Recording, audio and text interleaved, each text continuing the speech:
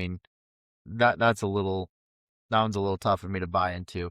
However, there is obviously the conspiracy that, which like what is interesting, and like I think we've talked about this, is man, if you actually go and follow the Q conspiracy like to a T, like Q was talking about Epstein before anybody knew who Epstein was.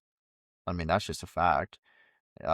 Q predicted like the 2020 election fraud, said like, hey, I'm getting some bad echo here. Who's Q? So Q Oh Troy, no.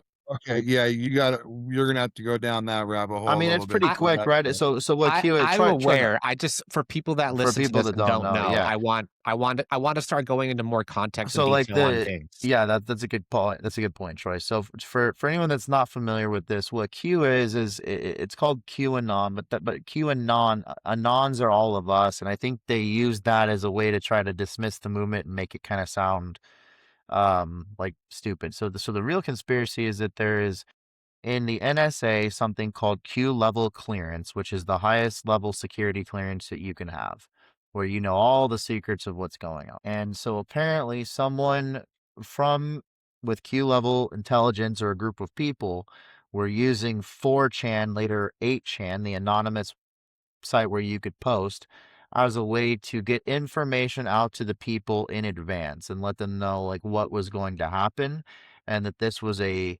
long war that we were in, essentially against people that were trying to take down our government, in an attempt to create some type of one world government cabal type thing, right? So what Q basically said is, and Q was the first, you'd have to really go dig into this, but Q was the first one to really talk about, and all the posting by Q, I think, stopped around 2019. I want to say it ran for like 2 years, like 2017 to 2019, 2016, 2018, somewhere in that range, right? But it was before COVID, but somewhere after Trump had gotten elected.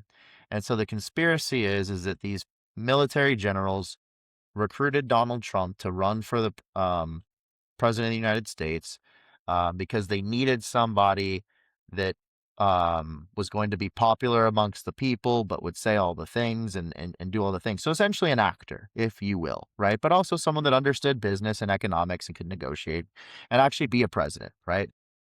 If he had truly wanted, like, so, but they were going to do more of the like, okay, we are going to take down this global cabal that's trying to take down the United States from within and create a one world government. And in order to do that, we're going to have to expose everything to the people so that they understand what's happening. And so they called the Jeffrey Epstein stuff, and were the first ones to talk about Epstein.